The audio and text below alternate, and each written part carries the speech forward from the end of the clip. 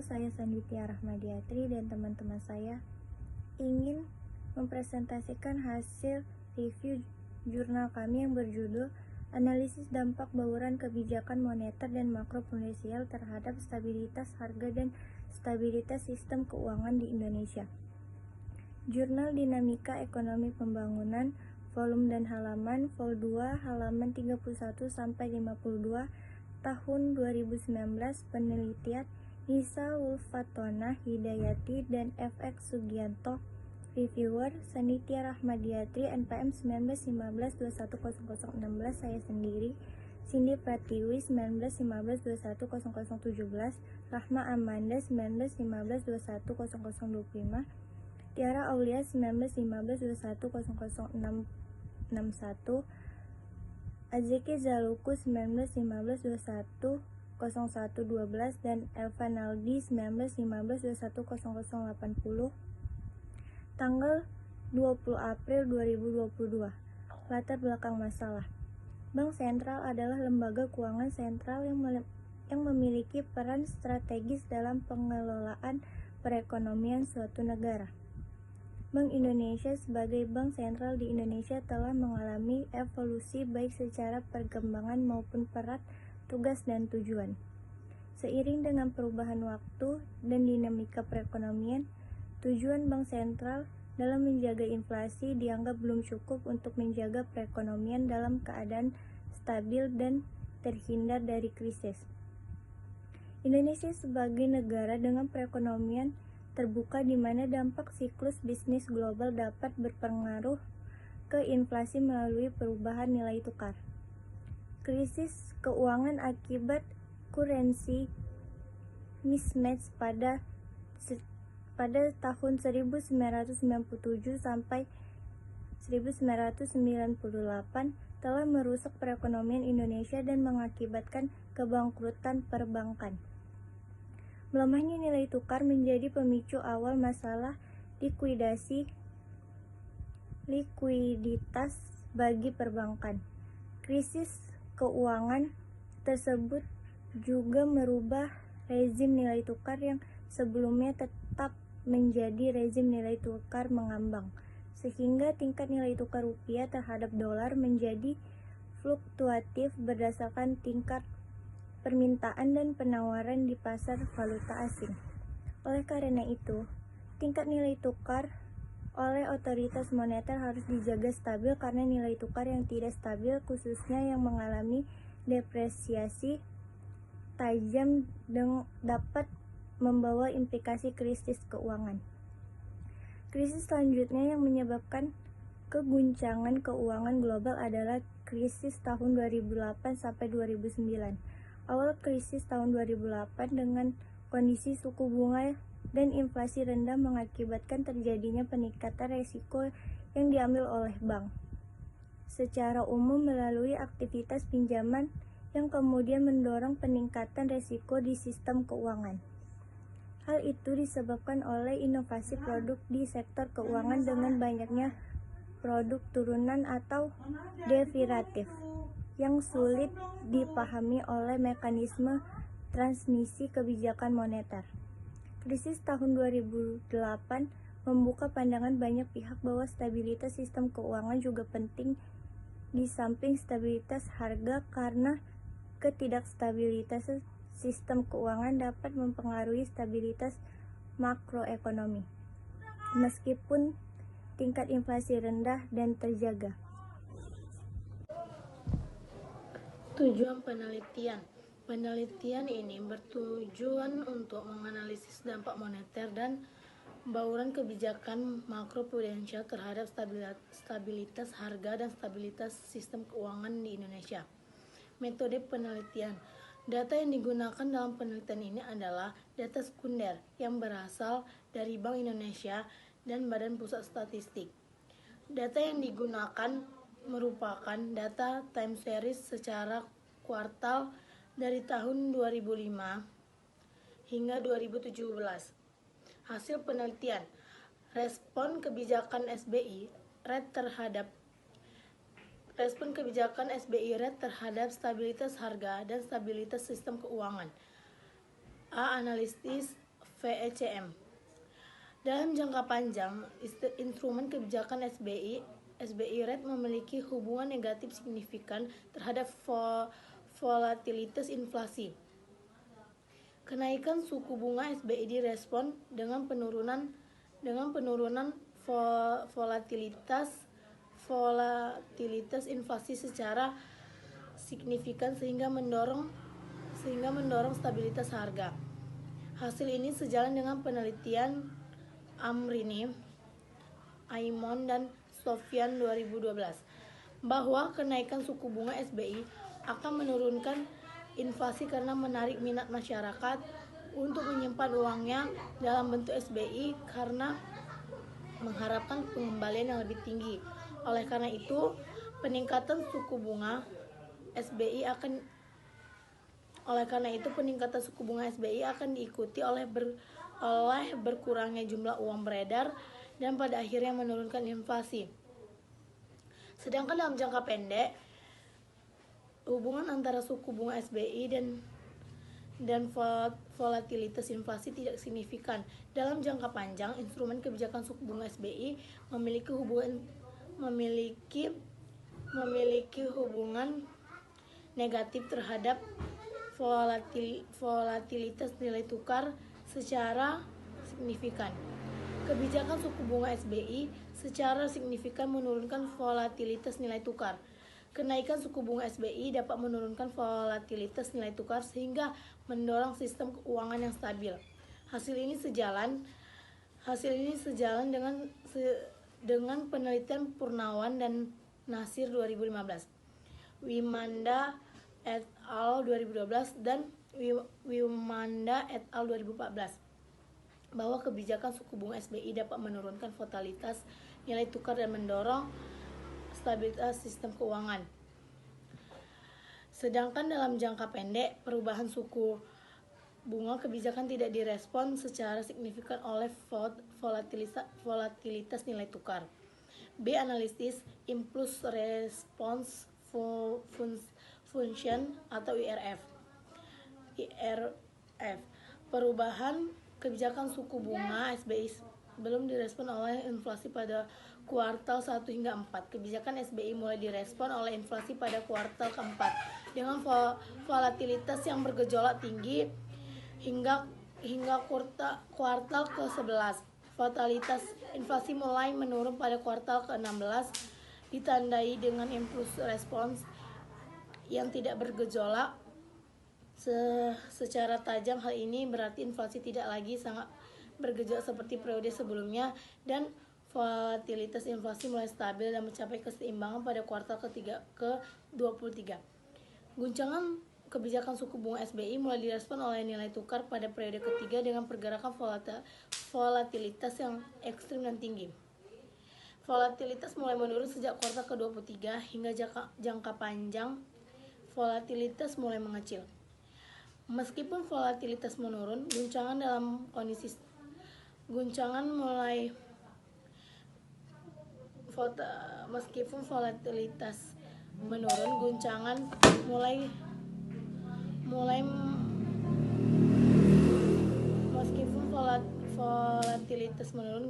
kebijakan suku bunga SBI sebelum mampu membawa nilai tukar dalam kondisi stabil hingga kuartal ke-42.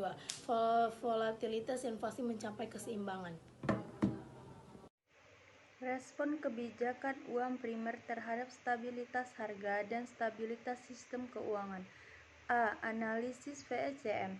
Dalam jangka panjang, kebijakan uang primer memiliki hubungan positif terhadap volatilitas inflasi secara signifikan.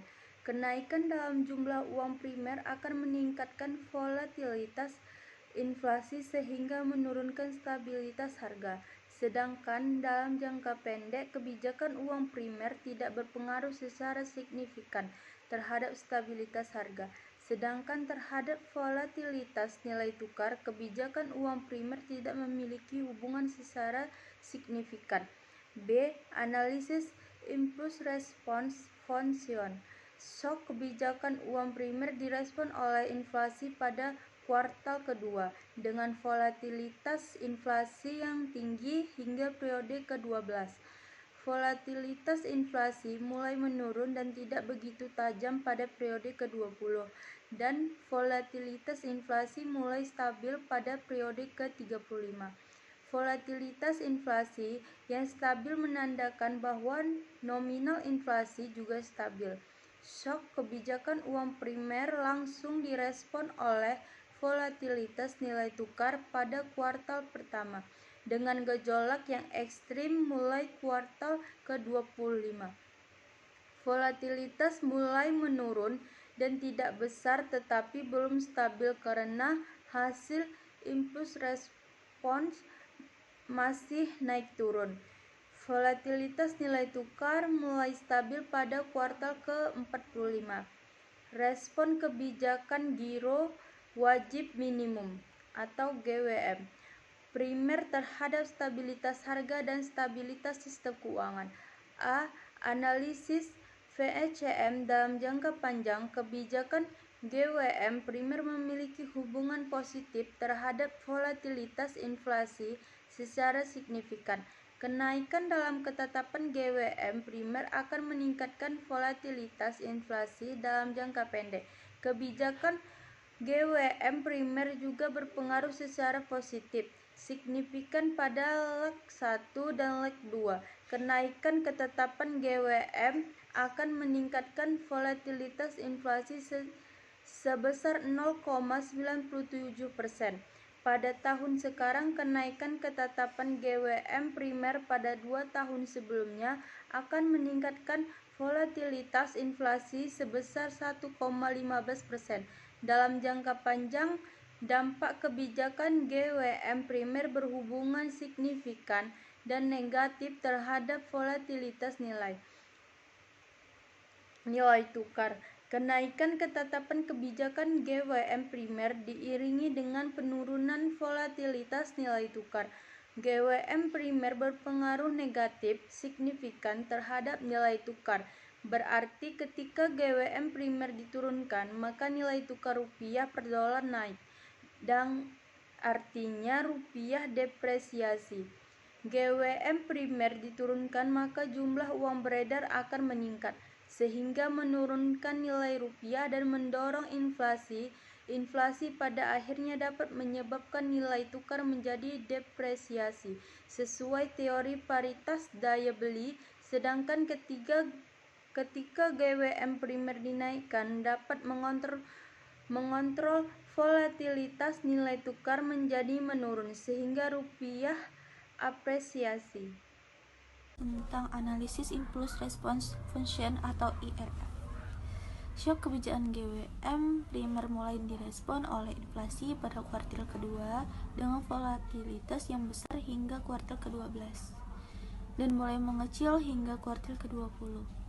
Volatilitas inflasi mulai stabil pada kuartil ke-22 yang menandakan bahwa stabilitas harga dapat tercapai.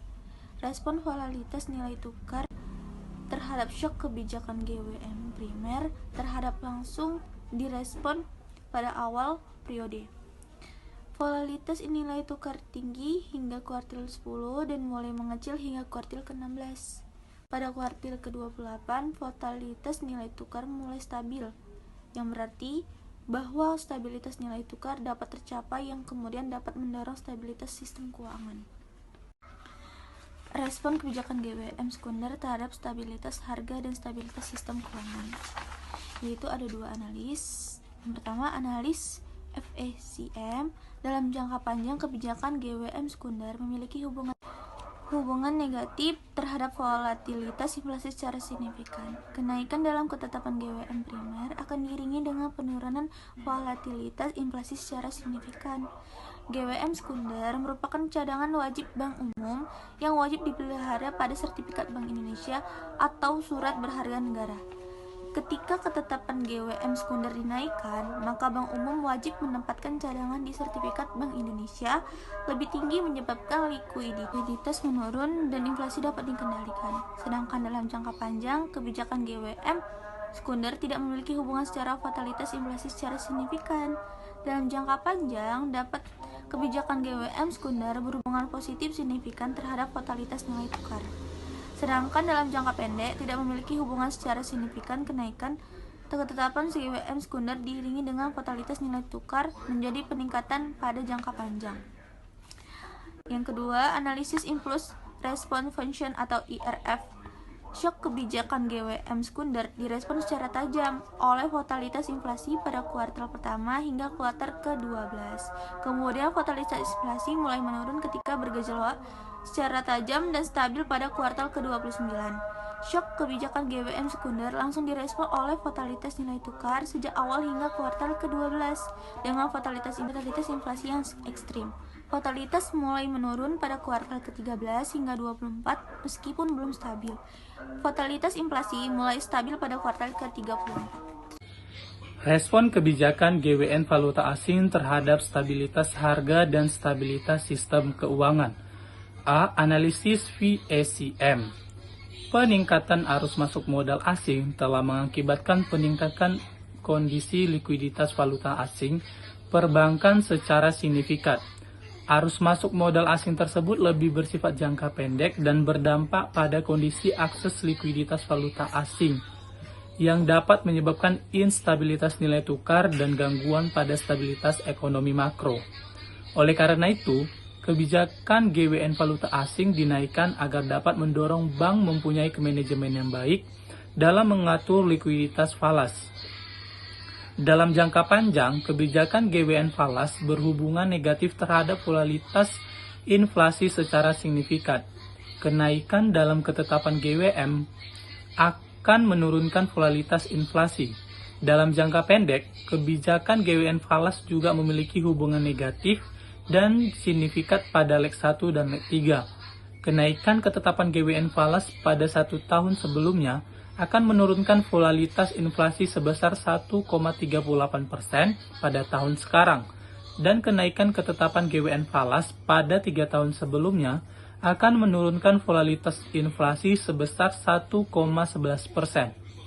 Ketika kebijakan GWM falas dinaikkan, maka perbankan wajib memiliki likuiditas falas yang lebih tinggi sehingga kredit dalam bentuk falas juga turun. B. Analisis IRF. Kebijakan GWM falas mulai direspon oleh volatilitas inflasi pada kuartal kedua hingga kuartal ke-17 dengan volatilitas yang besar. Volatilitas inflasi mulai stabil pada periode ke-18 yang menunjukkan bahwa volatilitas inflasi menurun dari periode sebelumnya dan kembali pada keseimbangan pada kuartal ke-33. Respon kebijakan LTV terhadap stabilitas harga dan stabilitas sistem keuangan. A. Analisis VACM. Dalam jangka panjang, kebijakan LTV berhubungan positif terhadap volatilitas inflasi secara signifikan. Pelonggaran LTV berarti bahwa bank umum dapat meningkatkan pemberian kredit untuk sektor perumahan lebih sehingga kredit yang beredar akan meningkat. Begitu juga ketika LTV diketatkan, maka inflasi turun karena pertumbuhan kredit menurun. Hal ini sejalan dengan penelitian Wanda et al. 2014 dan Wimanda et al. 2012. Penelitian ini juga sesuai dengan teori klasik bahwa inflasi disebabkan karena terlalu banyak uang beredar atau terlalu banyak kredit dibandingkan volume transaksi. Begitu juga sebaliknya, sedangkan dalam jangka pendek, pengaruh LTV terhadap volatilitas inflasi tidak signifikan. B. Analisis Impulse Response Function atau IRF. Respon volatilitas inflasi terhadap shock kebijakan LTV mulai direspon pada kuartal kedua dengan volatilitas yang tinggi. Pada kuartal ke-15, volatilitas mulai menurun yang berarti volatilitas inflasi lebih kecil daripada periode sebelumnya. Volatilitas inflasi kembali pada keseimbangan pada kuartal ke-27. Kekuatan. Kelebihan dalam jurnal ini antara lain menggunakan bahasa yang sederhana sehingga mudah dipahami oleh para pembaca, bahkan yang awam sekalipun, serta pengajian data dalam bentuk tabel yang kemudian dijelaskan lagi sehingga mudah dipahami. Kelemahan, terdapat beberapa singkatan yang tidak dijelaskan. Kesimpulan, berdasarkan estimasi FECM yang diperjelas lebih lanjut dengan impulse response function, instrumen kebijakan moneter dapat mencapai stabilitas harga, tapi membutuhkan waktu yang lebih lama dibanding kebijakan makroprudensial dalam mencapai stabilitas sistem keuangan yang diproksikan dengan stabilitas nilai tukar. Sedangkan instrumen kebijakan makroprudensial cukup efektif dalam menjaga volatilitas nilai tukar dan stabilitas harga. Hasil ini sesuai dengan latar belakang dirumuskannya kebijakan makroprudensial karena kebijakan moneter tidak dapat mencapai stabilitas sistem keuangan secara sendiri, sehingga bauran antara kebijakan moneter dan makroprudensial diperlukan untuk menjaga stabilitas harga dan stabilitas sistem keuangan. Sekian dari presentasi kami. Terima kasih. Assalamualaikum warahmatullahi wabarakatuh.